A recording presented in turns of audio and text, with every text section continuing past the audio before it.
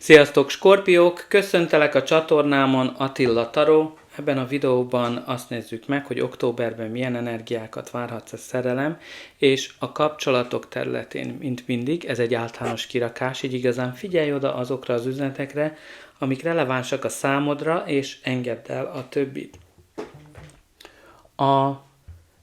Ha pedig októberben ünnepled a születésnapodat, akkor persze boldog születésnapot. De lássunk hozzá az orákulum kártyával, ahol neked a 20-as jött ki, a képzeld el. Tehát ez igazán ebben a pakliban a manifestálásnak a kártyája, amikor elképzelsz egy jövőt önmagad előtt, és ezt a jövőt sikerül behozni. Tehát itt van valami, amit próbálsz létrehozni, próbálsz manifestálni, tehát nagyon fontos, hogy odafigyelj a gondolataidra ebben az időszakban.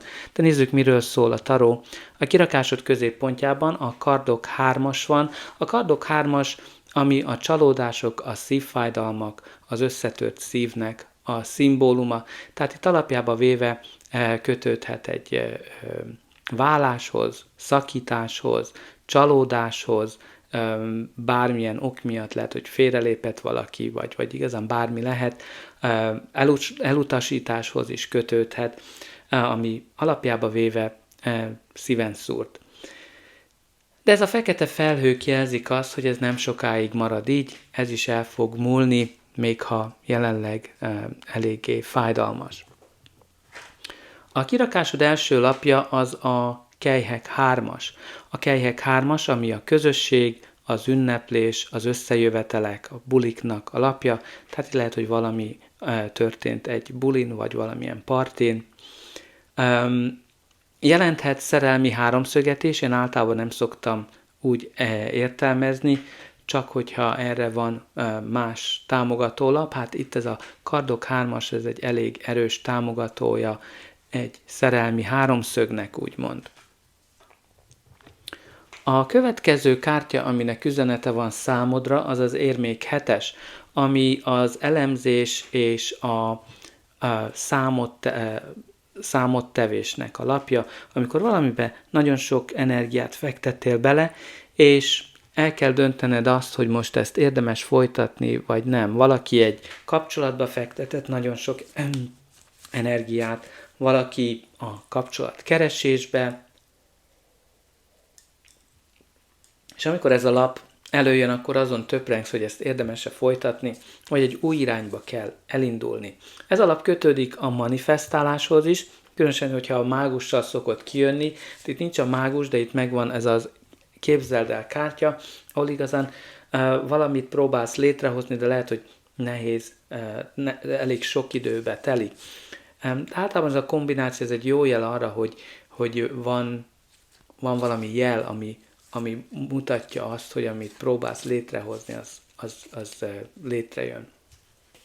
A következő kártya az a kelyhek 7-es, ami a lehetőségek, választások és az összezavartságnak a lapja. Tehát lehet, hogy nagyon sok ember vagy kapcsolat közül választhatsz, vagy többféle megoldás van, ami itt szóba kerül. Amikor ugye ez a lap kijön, néha sokkal jobbnak látjuk a helyzetet, mint amilyen, mert ugye rózsaszín fellegek vesznek körül, lehet, hogy ugye a szerelem rózsaszín fellege az, ami miatt ugye egy kicsit álmodozóbbak vagyunk, amikor ez a lap kijön, de próbálj egy kicsit realistább lenni, mert hogyha ugye a sok lehetőséged van, akkor próbáld azt választani, ami a hosszú távú céljaidban segít, hogy ezt elérd.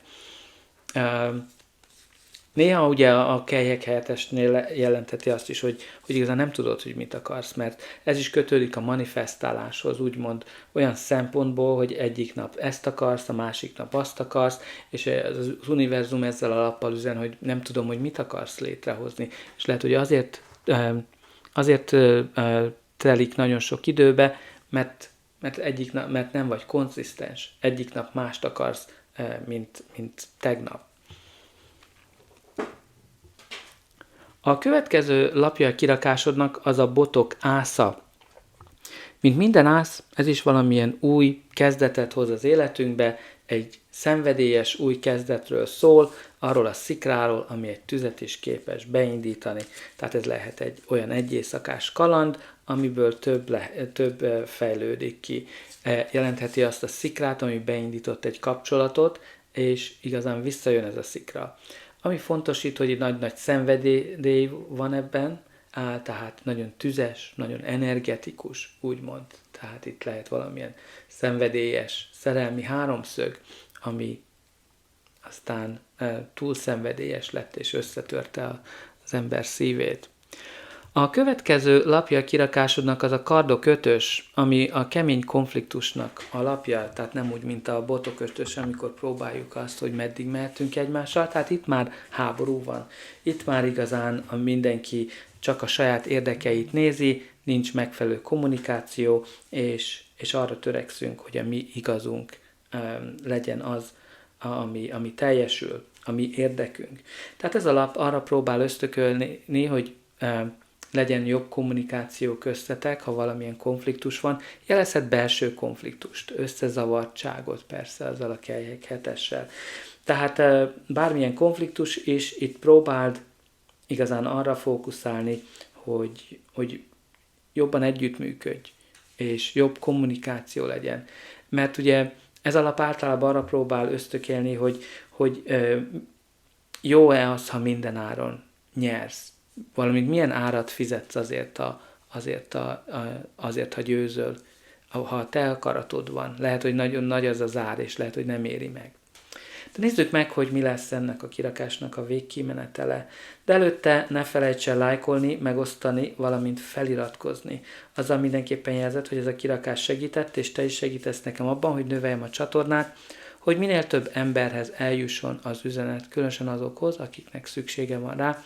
Neked ez csak egy gombnyomásba kerül, és remélem, hogy már meg is nyomtad mind a like és a feliratkozás gombokat, és persze ne feledkezz el a kommentekről se. Nagyon érdekel, hogy hogyan rezonál ez a kirakás a te életedre vonatkozólag, valamint írj be pozitív megerősítéseket, például azt, hogy sikerül felgyógyulnom az érzelmi nehézségekből. Jobban együttműködök, valamint reálisan látom a helyzetet. A következő lap, aminek üzenete van számodra, az az igazságszolgáltatás. Az igazságszolgáltatás, ami az egyensúlyról szól, a harmóniáról, tehát lehet, hogy valamit próbálsz egyensúlyozni, jelenthet jogi peres eljárást, különösen ha vállásról van szó, tehát itt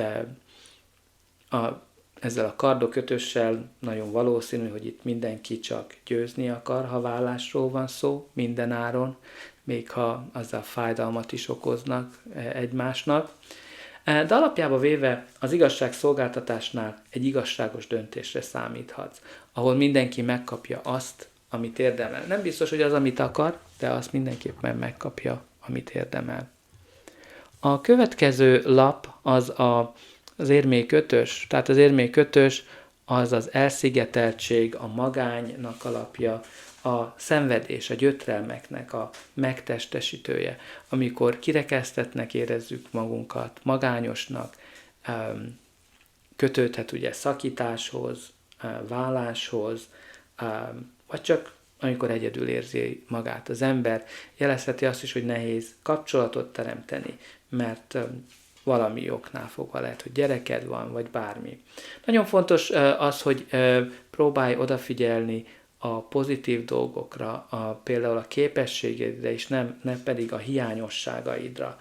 Tehát ha csak arra fókuszálsz, akkor igazán arra hívod fel a figyelmet.